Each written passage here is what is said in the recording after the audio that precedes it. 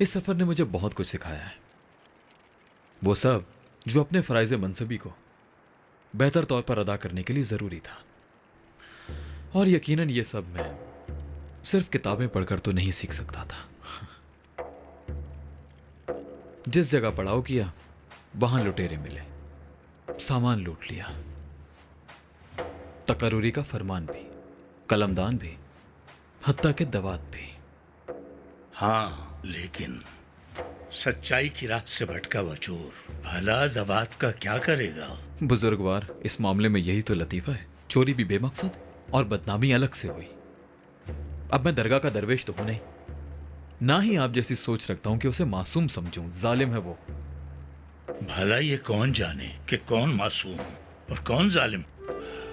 अगर तुम हक की तलाश में हो तो रास्ता वही है जो खुदा की तरफ जाता है। यही वजह है कि हम चाहते हैं कि सब उस राह पर आ जाएं जो सच और हक की राह है। उन्हें खुली छुट्टी दे दे। मासूम लोग इसी तरह लूटते रहेंगे तो कैसे फैलेगा हक, बताएं मुझे। मैं तुम्हें रे शहर के दिलों के सुल्तान इब्राहिम अदहम की दास्तान सुनाता हूँ, अगर तुम सुनना चाहो तो।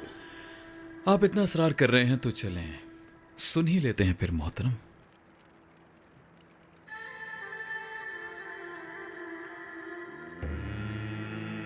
हजरत सुल्तान इब्राहिम अदहम रहमतुल्लाह अलैह एक नेक दिल हुक्मरान थे।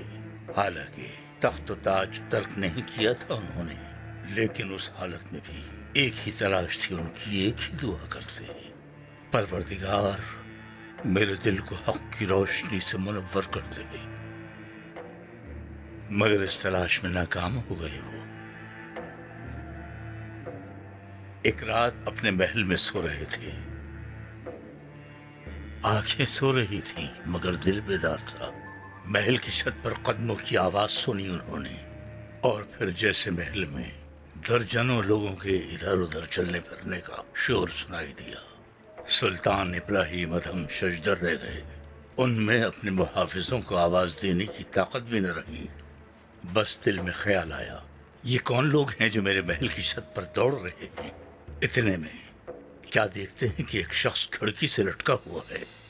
उन्होंने पूछा, कौन हो तुम? उस शख्स ने जवाब दिया कि हम लोग फुला फुला इलाके के बाशिंदे हैं। उन्होंने पूछा, तुम लोग मेरे महल की छत पर क्या तलाश कर रहे हो? तब खिड़की से लटके शख्स ने जवाब दिया, मवेशियों को ढूंढ रहे हैं हम। इब्राहिम अदहम हैरान रह गए, दीवाने हो गए हो क्या? मवेशी छत पर कैसे मिलेंगे?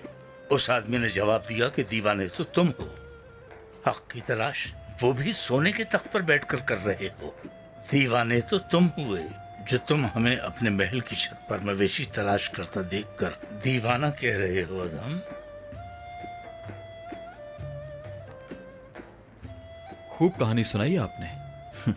याद रखो फर्जंद, एक दिलचस्प हिकायत तालिब हक का दिल बदलने के लिए काफी होती है।